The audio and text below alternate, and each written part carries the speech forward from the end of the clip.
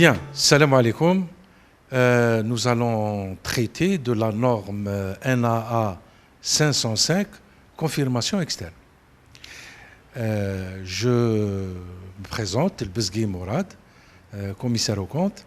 Alors, nous allons décliner ce cours sur les confirmations externes, donc la NAA 505, de la façon suivante.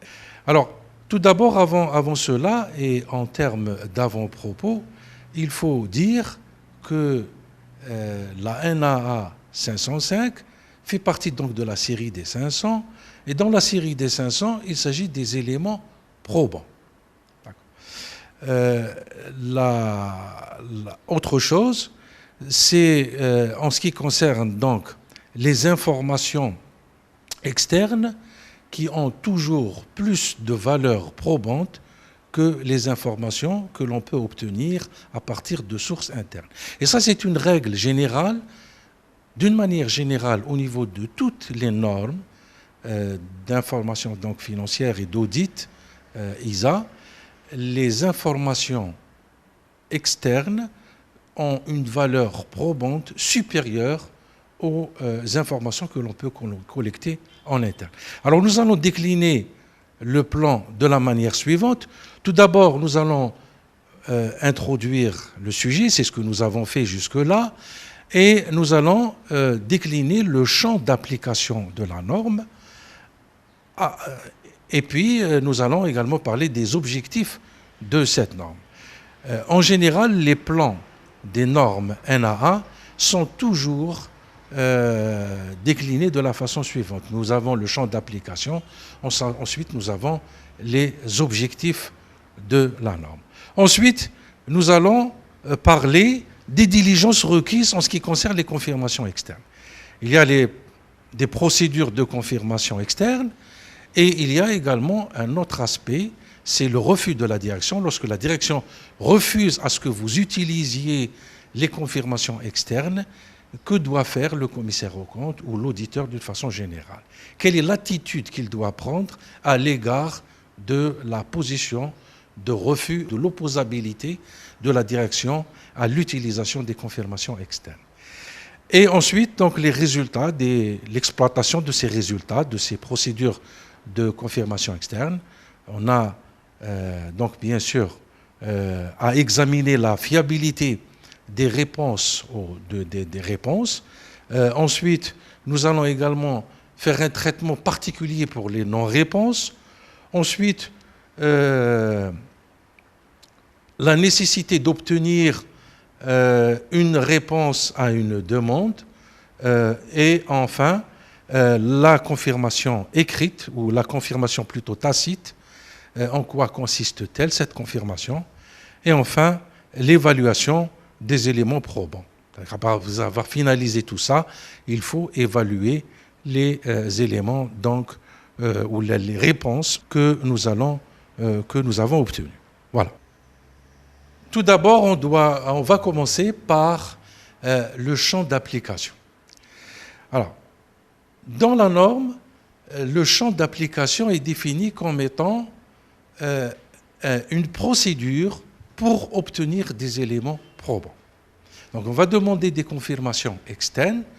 Nous avions dit tout à l'heure qu'une information obtenue de l'extérieur a une valeur probante supérieure à une information obtenue en interne. Donc la procédure consiste à demander au tiers de l'entreprise un certain nombre d'informations à l'effet de confirmer ou pour confirmer un certain nombre d'informations que l'on a obtenues en interne, de confirmer, par exemple, les soldes clients, n'est-ce pas? Vos clients, vous avez un certain nombre de clients ou des fournisseurs ou des tiers, des informations que vous avez en comptabilité, afin de vérifier la réalité des éléments contenus dans votre comptabilité, vous demandez au tiers de confirmer un certain nombre de soldes, un certain nombre d'informations, d'une façon générale.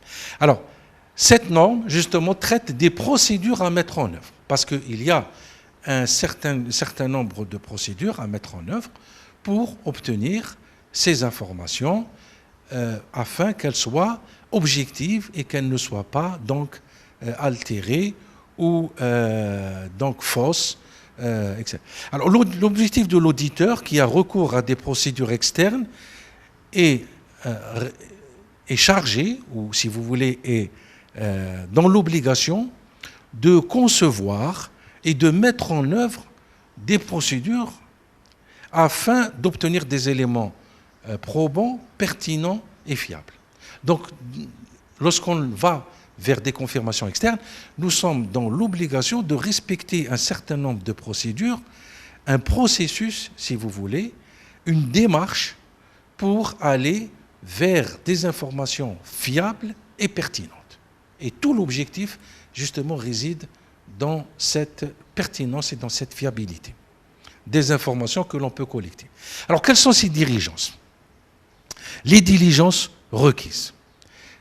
Que faut-il faire pour aller vers des confirmations externes qui soient pertinentes et fiables? Alors, tout d'abord, une confirmation externe, et je pense que c'est important de définir ce que c'est une confirmation externe, c'est un élément probant obtenu par la voie d'une réponse écrite adressée directement à l'auditeur par un tiers sur support papier, électronique ou autre.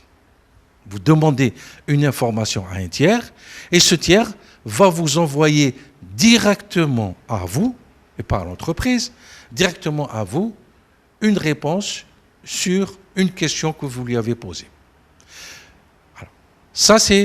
Alors, ça peut être bien sûr sur papier, ça c'est en général ce que l'on utilise classiquement, mais ça pourrait être également sur support électronique ou tout autre support que vous estimez pouvoir avoir une force probante demain devant une juridiction ou devant une autre partie intéressée. Alors, il existe deux types de confirmation. La confirmation express, c'est ce qu'on appelle en général une confirmation positive, et la confirmation négative, c'est ce qu'on appelle en général donc une confirmation tacite. Voilà. Alors, je répète, donc une confirmation externe, c'est ce qu'on appelle une confirmation positive.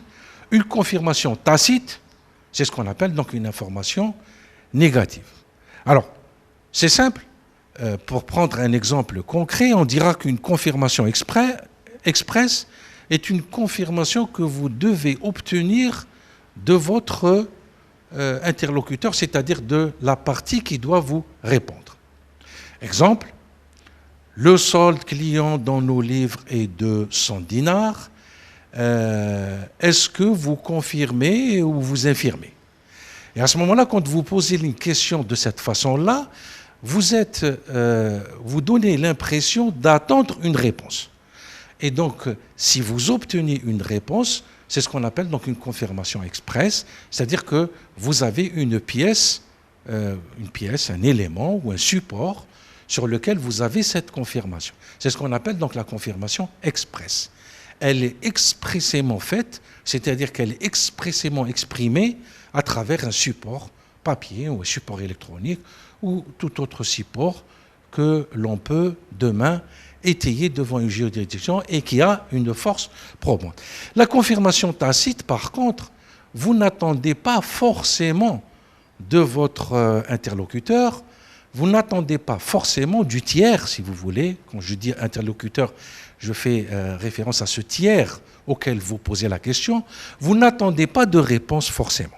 Exemple, dans nos comptes, le solde client, votre solde client est de 1000 dinars. Si vous n'êtes pas d'accord, vous nous écrivez. Cela suppose que s'il est d'accord, il ne va pas vous répondre. Par contre, s'il n'est pas d'accord, et c'est ça le sens de la question, s'il n'est pas d'accord, il va vous écrire. D'accord ?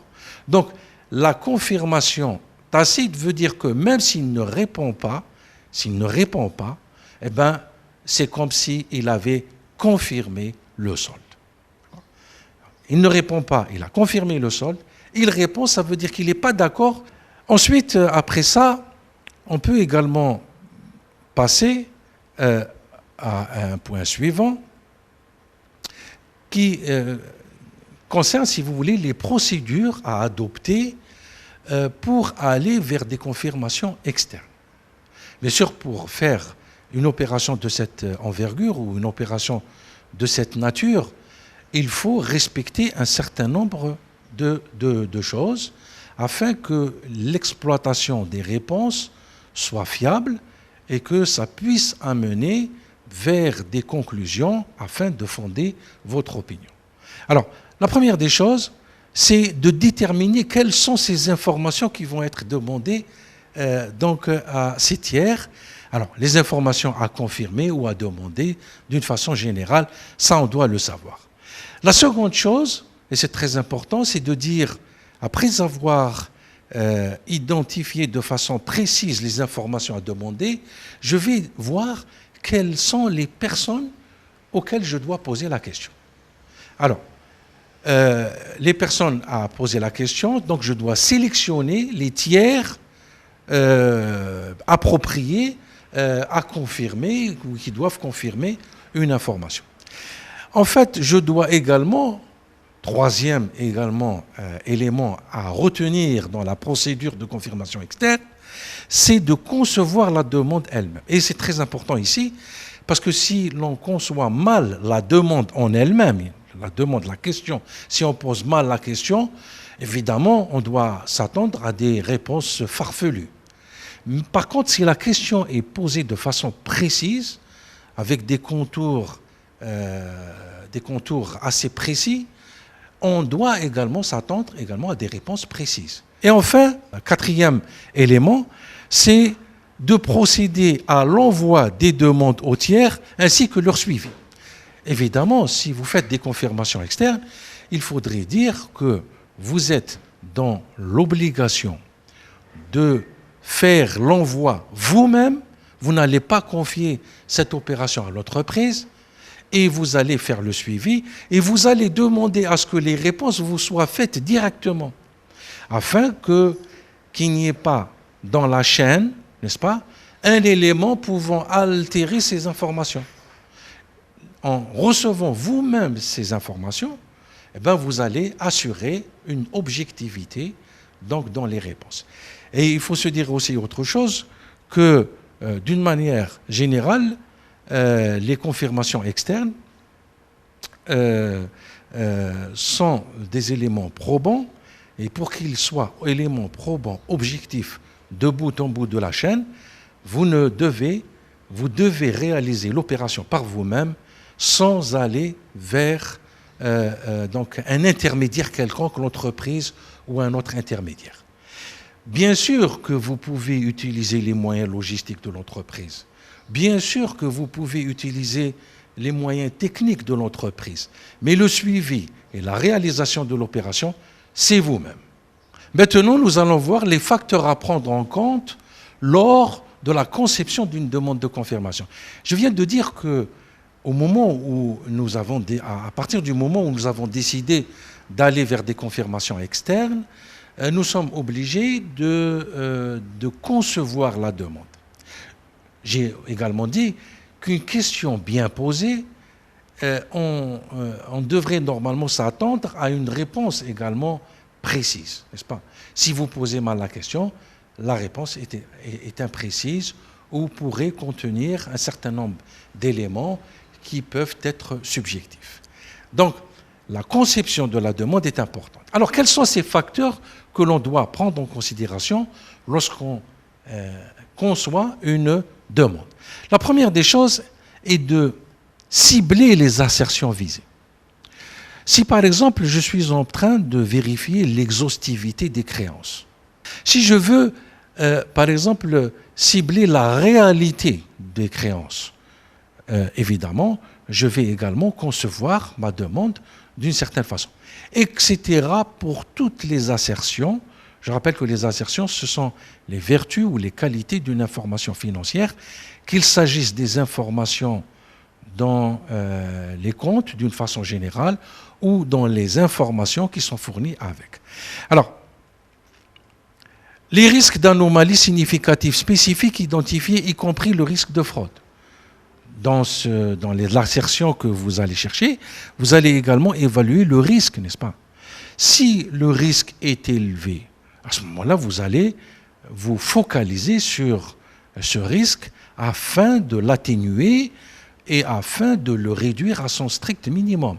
Si vous considérez que dans les créances ou dans l'exhaustivité des créances, il y a problème, vous allez donc zoomer sur cet aspect et vous allez regarder de très près parce que vous considérez que c'est une zone à risque dans votre audit et donc par conséquent vous allez vous appesantir sur l'exhaustivité. Et bien sûr, la question qui va être posée va de façon très précise cibler cet aspect. La troisième facteur qui est à prendre en considération, c'est la présentation et la forme de la demande. Est-ce que c'est support papier et par conséquent donc on peut également concevoir la réponse avec, n'est-ce pas? On peut également poser la question et au bas de la question mettre la réponse, n'est-ce pas, afin de faciliter au tiers ou à celui auquel vous posez la question, de lui faciliter les choses. À ce moment-là, il remplira le chiffre ou alors il cochera une case, etc., pour lui faciliter au maximum la chose et pour l'inciter, si vous voulez, à répondre très rapidement. La troisième chose est, vous devez tenir compte de l'expérience que vous avez acquise antérieurement à cette confirmation externe. Vous avez fait des confirmations auparavant, vous avez obtenu des résultats probants ou pas probants, des réponses pertinentes ou des réponses fiables ou non, et à ce moment-là, vous devez tenir compte de votre expérience pour ne pas retomber dans les mêmes erreurs, ne pas refaire les mêmes fautes, si vous voulez, dans votre opération, l'opération de confirmation externe. Le mode de communication, est-ce que, comme nous venons de le dire, c'est sur un support papier, sur un support électronique ou autre, n'est-ce pas? Et évidemment, le choix du mode de communication est important parce que c'est en déterminant le mode de communication que l'on peut déterminer aussi et avec le mode d'exploitation de ces réponses que nous attendons. Alors, le fait que la direction encourage ou n'encourage pas les tiers à répondre à l'auditeur. Alors évidemment, si vous êtes avec une entreprise dans laquelle il y a une direction qui ne voit pas du bon côté ou d'un bon œil ces confirmations externes, si elle s'oppose parce que pour elle, vous êtes en train de piétiner sur ces plates-bandes, évidemment, vous devez tenir compte de cela.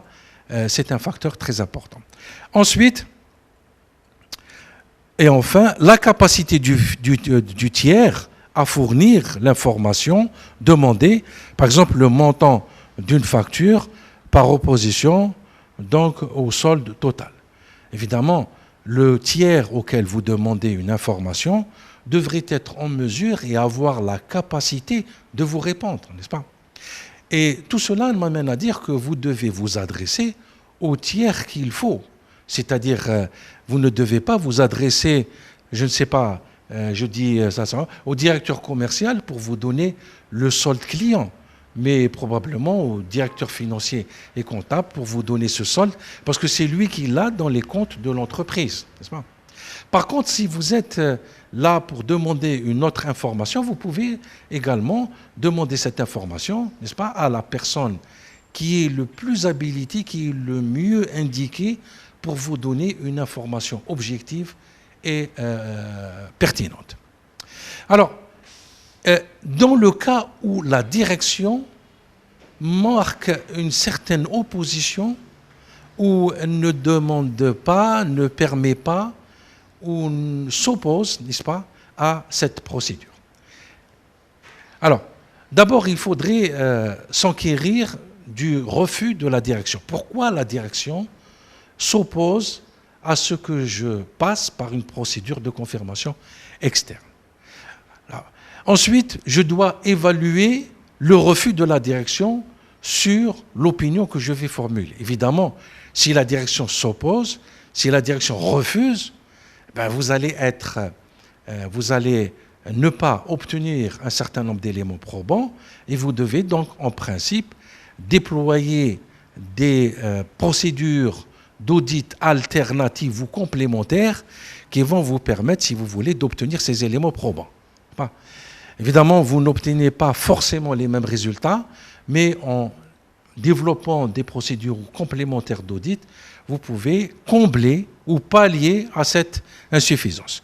Ensuite, vous devez mettre en œuvre des procédures d'audit alternatives, je viens de le dire, et si l'auditeur conclut, si vous êtes dans une situation dans laquelle vous aboutissez à la conclusion que la direction refuse et que ce refus est déraisonnable, qui n'est pas justifié, vous devez vous poser un certain nombre de questions. Et parmi ces questions, vous dire, si la direction s'oppose, c'est que forcément, peut-être que ça va déclencher en vous, en tant qu'auditeur, vous avez le flair de l'auditeur, et vous allez déclencher donc une autre procédure qui consiste à vous assurer que derrière ce refus, il n'y a pas autre chose qui est caché. Et donc, ça, c'est un petit peu l'auditeur, sa compétence et son flair. Ensuite, nous allons passer, après avoir donc envoyé les courriers, nous avons reçu un certain nombre de réponses, pas toutes, ou peut-être toutes, ça dépend. Nous allons commencer l'exploitation des résultats de ces confirmations externes. Alors, on a envoyé les confirmations donc externes au tiers et on a reçu un certain nombre de réponses et on doit maintenant exploiter ces réponses. Alors, évidemment, jusque-là, nous avons observé avec une certaine rigueur la démarche. On a parlé de la conception, du mode de communication, etc. Donc, il y a un certain nombre de facteurs à observer dans les confirmations externes. Et nous avons donc envoyé au tiers, on s'attend à des réponses, on a reçu des réponses, et maintenant il va falloir exploiter ces réponses pour aboutir à des éléments probants.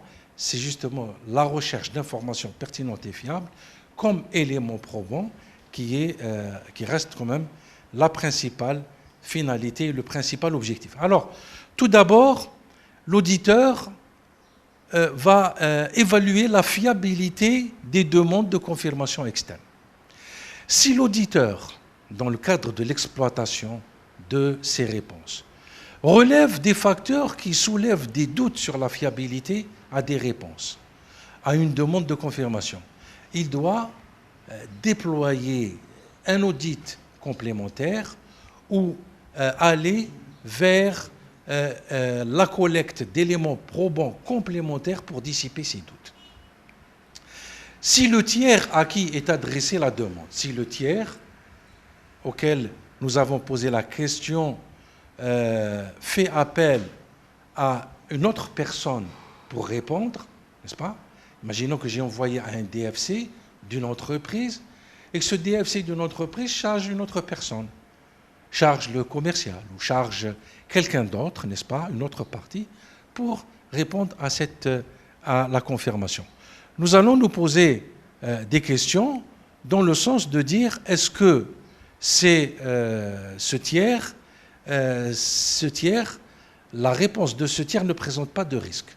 De risque dans le sens où il y a absence de fiabilité dans la réponse puisque vous vous êtes adressé à un tiers et ce tiers a chargé quelqu'un d'autre de répondre. Alors, la réponse, imaginons que la réponse n'émane pas de la bonne source. Vous avez posé la question à un DFC d'une filiale et c'est le DFC du groupe qui répond. Est-ce que la personne est habilitée à répondre? Est-ce qu'il a surtout la bonne réponse, n'est-ce pas? Est-ce qu'il a une réponse fiable, n'est-ce pas? Vous allez vous poser des questions sur la fiabilité de la réponse. Un répondant ne soit pas autorisé à répondre. C'est-à-dire que vous vous adressez à quelqu'un et ce quelqu'un n'est pas autorisé à répondre. Ou alors, lui n'a rien à voir. Imaginons que c'est le directeur de la sécurité donc préventive, qui vous répond alors que lui n'a rien à voir avec les soldes clients ou des éléments donc, que vous recherchez. À ce moment-là, vous allez vous poser des questions sur la fiabilité de sa réponse. L'intégrité de la transmission.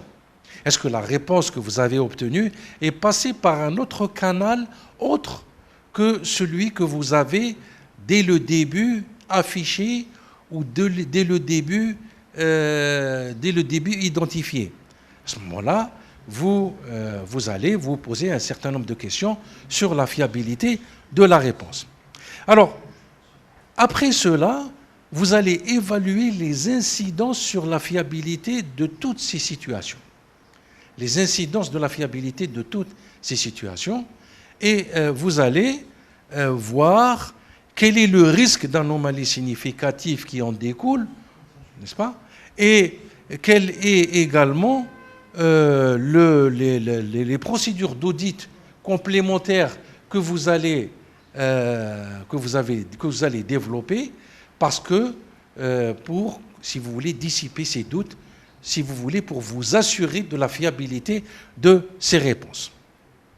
Alors, tout d'abord, en exploitant, vous allez vous apercevoir qu'il y a un certain nombre de courriers que vous avez envoyés et pour lesquels vous n'avez pas obtenu de réponse. Alors, faut-il tout de suite conclure qu'il n'y a pas eu de réponse parce que le tiers n'a pas été diligent ou n'a pas été coopératif, ou alors faut-il donner une autre interprétation à ce qu'on appelle une non-réponse? Qu'est-ce que c'est qu'une non-réponse? Une non-réponse, ça pourrait être l'absence totale de réponse, tout simplement. Vous avez envoyé un courrier, vous vous attendez à une confirmation express et vous ne recevez rien du tout. C'est une non-réponse. Autre également non-réponse, vous avez envoyé un courrier à un tiers et ce courrier n'est pas arrivé parce que l'adresse ou parce qu'il n'a pas reçu, le courrier vous est renvoyé. Ça fait partie de cette catégorie de non-réponse. Alors en cas de non-réponse, vous avez deux attitudes à adopter. La première consiste à dire « je n'ai pas reçu de réponse, mais je me suffis de ce que j'ai reçu ». Parce que ce que j'ai reçu est significatif et ce que je n'ai pas reçu, à la limite, pourrait ne pas être pris en considération. À ce moment-là, vous n'avez rien à faire. Vous pouvez étendre les conclusions que vous avez obtenues dans les réponses proprement dites, vous allez les étendre, n'est-ce pas, aux non-réponses ou à la fraction de non-réponses que vous n'avez pas obtenues. Vous pouvez également décider ou juger que les non-réponses sont importantes et significatives. À ce moment-là, vous êtes dans l'obligation de développer des audits complémentaires ou alors des audits alternatifs qui puissent vous permettre de vous conforter dans votre position. Donc, qu'est-ce que peut être, si vous voulez, l'exemple de telles procédures à des non-réponses? Par exemple, si je prends les soldes clients, vous avez demandé des confirmations externes pour les soldes clients. Vous allez, par exemple, aller vers l'exemple, vous allez aller vers l'examen des encaissements, n'est-ce pas? Ce que vous avez encaissé des clients. L'examen des documents de vente, les factures, etc., etc. Les bons de livraison, pour vous assurer que le produit a bien été livré. N'est-ce pas? Les documents d'expédition proches de la date de clôture. N'est-ce pas? En examinant tous ces documents, vous allez probablement vous conforter votre opinion sur les soldes, parce que grâce à ces documents qui sont en principe proches de la date de clôture, vous allez vous assurer de ces soldes clients à travers les encaissements. S'il n'y a pas d'encaissement, ça veut dire que le client figure dans les soldes clients. Alors, ce serait la même chose pour les fournisseurs et ce serait également la même chose pour d'autres informations externes ou d'autres confirmations externes que vous avez demandées. Donc, cela dépend du type de confirmation externe que vous avez demandé, et cela dépend également de l'importance de ces non-réponses pour aller vers des audits complémentaires. Alors, maintenant, en cas de divergence, c'est-à-dire vous avez posé une question à un tiers et ce tiers n'est pas d'accord avec ce que vous lui avez proposé. Exemple, le solde client dans nos livres est de 1000 dinars. Veuillez nous confirmer, je m'attends donc à une confirmation express, une confirmation positive, et je vais lui dire, veuillez me confirmer que c'est bien le solde que vous avez. Alors le tiers, il me répond, il est gentil, et pour me dire que le solde dans mes livres n'est pas de 1000 dinars, mais il est de 90 dinars ou un autre chiffre, n'est-ce pas? On dit qu'il y a ici une divergence. Quelle est l'attitude que vous pouvez avoir? Alors, qu'est-ce qu'une divergence? Vous avez obtenu une confirmation externe qui ne correspond pas exactement à ce que vous avez demandé, c'est-à-dire une divergence dans les chiffres ou une divergence d'une manière générale dans l'information que vous avez. Alors tout d'abord, une divergence, c'est comme je viens de le dire, une différence entre une information fournie par le tiers et l'information que lui a communiquée l'auditeur. Alors, ou celle, bien sûr, qu'il a tirée des documents comptables de l'entité. Alors, bien sûr, à ce niveau-là, l'auditeur est interpellé pour examiner de très près ces divergences. Bien sûr, il ne va pas aller à examiner toutes les divergences, s'il y en a beaucoup, mais très probablement, il va zoomer ou il va cibler les différences importantes qui correspondent, si vous voulez, qui ont un caractère significatif. Et à ce moment-là, donc, il va voir s'il n'y a pas derrière ces divergences d'autres anomalies, n'est-ce pas? Parce que, pour donner un exemple, vous avez écrit au tiers et vous lui avez posé une question. Vous lui avez dit, moi, le solde client chez moi, il est de 1000 dinars. Lui, il vous répond, il vous dit, non, le solde, en fait, chez moi, dans mes livres, il est de 1200 dinars. C'est une divergence. Vous allez regarder. Si vous constatez qu'il s'agit simplement d'une petite erreur, soit chez lui, soit chez vous, n'est-ce pas, ou dans la comptabilité de celui que vous auditez, et qu'il s'agit simplement d'une erreur, à ce moment-là, on la corrige, etc. Mais comme nous sommes auditeurs, nous devons aller plus loin pour dire, en fait, pourquoi y a-t-il cette erreur? Et s'il y a erreur, est-ce qu'il n'y a pas également des erreurs par ailleurs, n'est-ce pas? Est-ce que l'erreur, elle est diffuse dans les états financiers? Auquel cas, vous devez très sérieusement vous pencher sur la comptabilité. Ou est-ce que l'erreur, elle est isolée et il s'agit simplement que d'une erreur qui a été commise? En tout cas, les divergences nous interpellent en tant qu'auditeurs pour regarder de très près l'erreur, mais ce qui pourrait y avoir derrière cette erreur. Alors, ensuite, nous avons parlé des non-réponses, et il faut également parler des confirmations tacites. Je rappelle tout à l'heure où nous avions dit qu'une information tacite est une confirmation tacite est une confirmation dans laquelle il n'y a pas de réponse. Parce que la question que vous avez posée n'appelle pas de réponse. Rappelez-vous tout à l'heure, on avait parlé des confirmations express ou confirmations positives et des confirmations négatives ou confirmations tacites. Alors, les confirmations tacites, évidemment, c'est un certain nombre de demandes à des tiers auxquelles on ne s'attend pas à une réponse. Et c'est la manière de poser la question qui, justement, là, va inciter, si vous voulez, à répondre ou pas. Lorsque vous demandez à un tiers, vous lui posez la question, vous lui dites, dans mes livres, le solde fournisseur est de 1000 dinars. Si vous êtes d'accord, c'est bon. Si vous n'êtes pas d'accord, veuillez nous répondre.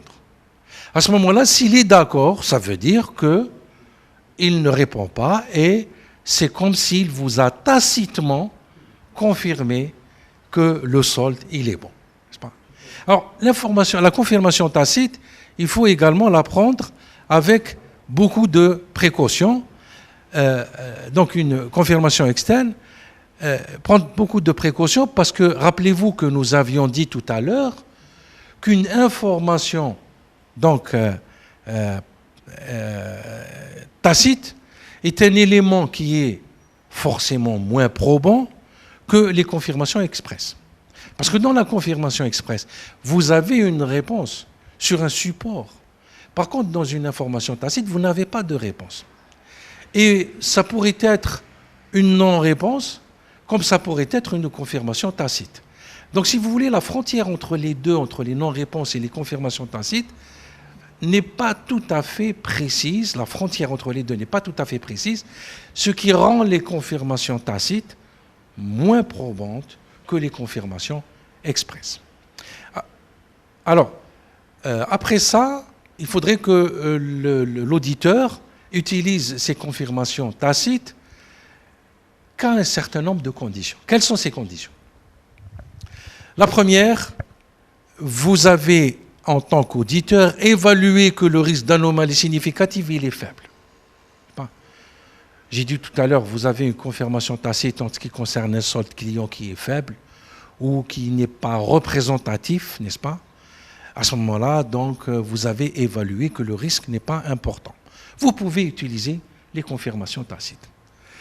La population des éléments soumis à des procédures de confirmation tacite comprend un grand nombre de soldes. Imaginez, vous avez des milliers de clients et évidemment, vous allez vers des confirmations tacites parce que le fait d'avoir autant de réponses ne vous permet pas ou ne vous met pas à l'aise pour exploiter l'ensemble de ces réponses.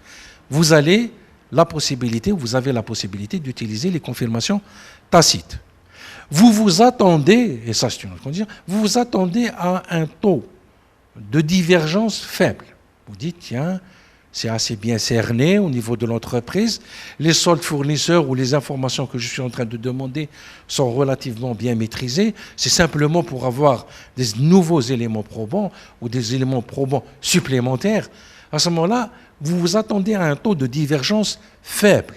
Et s'il est faible, par conséquent, donc, vous pouvez utiliser les confirmations tacites. Alors, par ailleurs aussi, vous n'êtes pas en tant qu'auditeur au courant de circonstances ou de situations qui conduiraient les destinataires des demandes de confirmation tacite à ignorer celles-ci. Exemple, il y a un conflit extraordinaire, l'entreprise est dans une très mauvaise situation, son image de marque est altérée, détériorée, n'est pas bonne vis-à-vis des tiers. À ce moment-là, ça pourrait être, si vous voulez, une raison qui font que les tiers ne répondent pas parce qu'ils considèrent que l'entité n'est pas crédible, etc., etc. Alors, l'auditeur n'a pas d'informations qui confirmerait que les tiers ne vont pas être amenés à ne pas répondre. Donc, il n'y a pas de situation particulière qui amènerait les tiers à ne pas répondre. Si ces conditions sont réunies, à ce moment-là, vous pouvez utiliser allègrement les confirmations tacites sans vous préoccuper, n'est-ce pas, du reste. Si ces conditions ne sont pas réunies, à ce moment-là, ces confirmations tacites, vous devez les prendre, comme on dit, avec des pincettes et vous devez les regarder de très près avant d'aller vers des conclusions.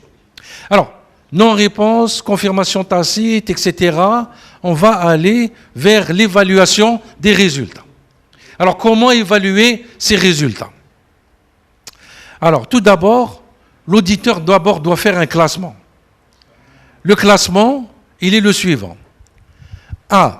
Vous avez des réponses reçues de tiers qui sont appropriées pour l'expression de son accord avec l'information demandée. Vous avez 2, vous devez faire ce classement. 2, vous avez des réponses jugées qui ne sont pas fiables. D'accord? Très bien. Donc, vous avez des réponses reçues qui sont bonnes, des réponses que vous jugez qui ne sont pas fiables, vous devez faire ce classement. Ensuite, vous avez, on a vu tout à l'heure les non-réponses, et ensuite vous avez des réponses divergentes. D'accord. Récapitulons. Réponse, bonne réponse. Réponse jugée non fiable. Non-réponse.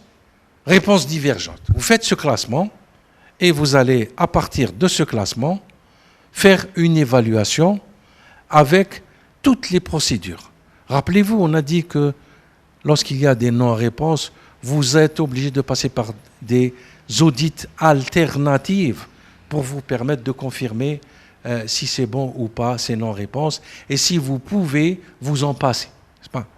Donc, avec les résultats que nous avons vus tout à l'heure, plus, si vous voulez, les audits alternatifs que vous avez développés, vous allez aller vers la conclusion de dire s'il s'agit d'éléments probants et suffisants et appropriés et qui vous permettent, si vous voulez, de conforter votre opinion, ou alors vous êtes obligé de faire un audit complémentaire, donc que vous allez définir, n'est-ce pas, pour conforter votre position. Voilà, je vous remercie.